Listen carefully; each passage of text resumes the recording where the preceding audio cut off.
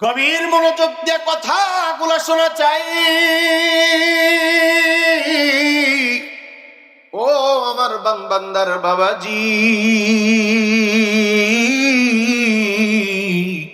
আল্লাহ পাক রব্বুল আলামিন বলেন, ইয়া আইয়ুহাল্লাযীনা আমানু রুকউ, হে ঈমানদার, হে মুমিন, তুমি সর্বপ্রথম আমি আল্লাহর রুকু করো, ওয়াসজুদু, আমি আল্লাহর সিজদা করো, ওয়াবুদু রাব্বাকুম, আমি রবের ইবাদত করো, ওয়াফআলুল খায়র, ভালো কাজগুলা করো। চারটি বিষয় বলেছি, জোরে বলেন কয়টি বিষয়?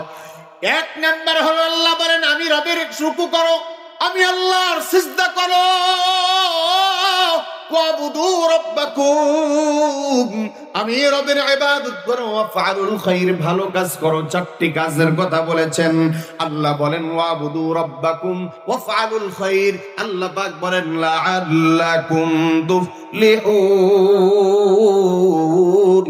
এই চারটি কাজ যদি তোমরা করতে পারো তোমরাই হবে সফল কাম। চিৎকার দিয়ে বলেন না সুবহানাল্লাহ। আল্লাহর হাবিব সরওয়ারে কায়নাত, দু জাহানের বাদশাহ নবী মুহাম্মদুর রাসূলুল্লাহ সাল্লাল্লাহু আলাইহি ওয়াসাল্লাম বলেন, চারটি কাজের মাধ্যমে যদি তোমরা সমাপ্ত থাকো, ইতি টেনে দাও, তাহলে হবে না। আল্লাহ পাক রব্বুল আলামিন কোরআনে হাকিমের মধ্যে বলেন, ওয়ালা তাহিনু ওয়ালা তাহজানু ওয়া আনতুমুল আ'লাউন ওয়া আনতুমুল আ'লাউনা ইন কুনতুম মুমিনিন। আল্লাহ পাক বলেন তোমরা ভয় পেও না, হে ঈমানদার, হে গোলাম, তোমরা ভয় পেও না, তোমরা পেরেশান হয়েও না, চিন্তিত হয়েও না। ওয়া আনতুমুল আ'লাউন, তোমরা একদিন বিজয়ী হবে, শর্ত হলো একটা। আল্লাহ পাক বলেন ওয়া আনতুমুল আ'লাউনা ইন কুনতুম মুমিনিন, যদি তোমরা মুমিন হও, বিজয়কে তোমাদের মালা, বিজয়কে তোমাদের দুই হাতে, দুই হস্ত মোবারকে, দুই হাতের মধ্যে উঠায় দেওয়া হবে। চিৎকার দিয়ে বলেন না সুবহানাল্লাহ। সমাধান চাও যদি জীবনে মরণে, ফিরে যাও, খোঁজে নাও, চোখ রাখো কোরআনে। জোরে বলে, সমাধান চাও যদি জীবনে মরণে, ফিরে যাও, খোঁজে নাও, চোখ রাখো কোরআনে। তবেই পাবে সুখ শান্তির ঠিকানা, যদি মেনে নাও তুমি মনে প্রাণে সমাধান। সমাধান চাও যদি জীবনে মরণে, ফিরে যাও, খোঁজে নাও, চোখ রাখো কোরআনে। ঘরে বলো কিংবা রাষ্ট্রে বলো, ঘরে বলো কিংবা রাষ্ট্রে বলো, অশান্তি দূর করে শান্তি আনে সমাধান।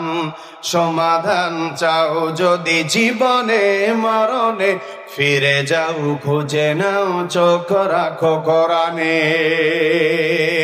মুসলমান ইমানদার আল্লাহর গোলাম, কোরআন এটা আমাদের সংবিধান, কোরআন এটা আমাদের বড় রহমত। একটা ঘটনা আপনাদের শুনাই, ঘটনা অধিক মনোযোগ দিয়ে শোনা চাই। 100 বছর আগের ঘটনা বলতেছি না, এই তো ইদানিন্তন কালের একটা ঘটনা।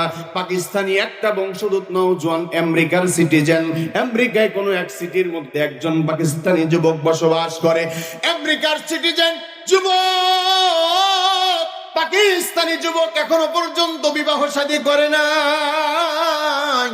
আমরা তো সম্ভবত সকলেই জানি, বাংলাদেশে যেমন যত্রতত্র মসজিদ পাওয়া যায়, আমেরিকার মধ্যে এমন অ্যাভেলেবেল মসজিদ নাই। কথা বলেন ঠিক না ঠিক?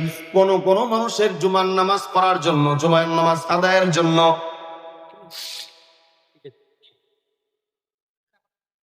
সম্মানিত ভাইরা আমার, বাজে কয়টা? আমরা আলোচনা কয়টা পর্যন্ত বলেন, তাইলে আমি ওইভাবে আলোচনা করব। সময় বলে দেন। আমার খারাপ লাগতেছে, আলোচনা চলবে। আমি কিন্তু কোনো কাহিনী আর কিসসা কাহিনীর বক্তা না, বিষয় ভিত্তিক আলোচনা করি। আমি কোরআন নিয়ে আলোচনা করতেছি। কথা বলেন ঠিক না ঠিক? আর 15 মিনিট। ইনশাল্লাহ 15 মিনিটে ঘটনা শেষ করে দিচ্ছি। সম্মানিত ভাইরা আমার, মা বোন যারা আছেন, জায়গা হচ্ছে না, মা বোনদেরকে বলবো আমরা সকলে একটু চেপে চেপে বসি। আর যারা এখনো ঘোরাফেরা করতেছেন, একটা কথা আমি আগেই বলেছি, এটা সুবর্ণ সুযোগ। আল্লাহর রহমত পেতে হলে অবশ্যই এই প্যান্ডেলের মধ্যে আসতে হবে। কথা বলেন ঠিক না বেঠি? আমি কিন্তু এখনো লজ্জা শরম দেই নাই। যদি শুরু করি হাসিও থামাইতে পারবেন না, কিন্তু ডাইরেক্ট গিয়া এই শরীরের মধ্যে কিন্তু ইনজেকশনের মতো লাগতে থাকবে। এখনো দেই নাই। যারা এখনো কোরআন প্রেমিক, ইসলাম প্রেমিক, দিন প্রেমিক, অবশ্যই তাদেরকে এই বাগানে আসতে হবে। কথা বলেন ঠিক না বেঠি? সম্মানিত ভাইরা আমার, যেই ঘটনা আপনাদের বুঝাইতে চাই তাহলে ক্লিয়ার হয়ে যাবেন, ওপেন হয়ে যাবে ঘটনা আপনারা শুনলেই। পাকিস্তানি বংশোদ্ভূত নওজোয়ান যুবক এখনো পর্যন্ত বিবাহ শাদী করে নাই। আমেরিকার একজন সিটিজেন। বাংলাদেশে যেমন যত্রতত্র মসজিদ পাওয়া যায়, এখন আপনাদের প্রশ্ন হতে পারে হুজুর যত্রতত্র মসজিদ কেন? কারণ আমরা জানি বাংলাদেশে হানাফি মাযহাবী এবং লা মাযহাবী, আহলে হাদিস, এতাআতি, আবার সুন্নি, কত রকম মসজিদ আছে, অভাব নাই। কথা বলেন ঠিক না বেঠি? এজন্য যত্রতত্র বলেছি। সম্মানিত বারবান্দার ভাইরা আমার, পাকিস্তানি বংশোদ্ভূত নওজোয়ান আমেরিকার সিটিজেন এখনো পর্যন্ত বিবাহ শাদী করে নাই।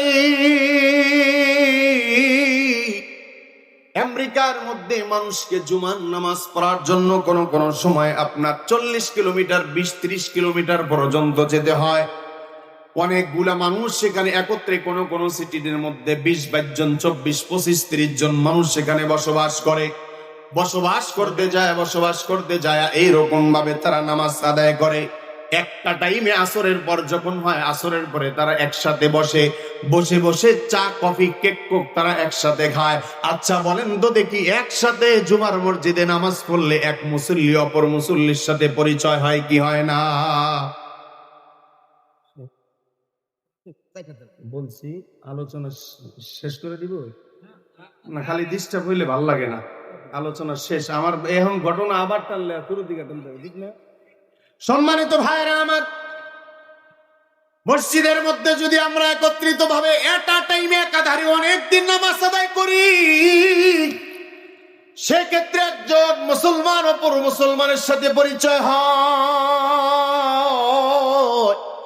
পরিচয় হওয়ার মধ্যে একদিন দেখা গেল পাকিস্তানি বংশোদ্ভূত নওজোয়ান নাই, হঠাৎ করে উধাও হয়ে গেছে। নাই 1 ওয়াক্ত, 2 ওয়াক্ত, 3 ওয়াক্ত, 4 ওয়াক্ত নাই। কোন কোন মুসল্লি তখন বলতে লাগলো,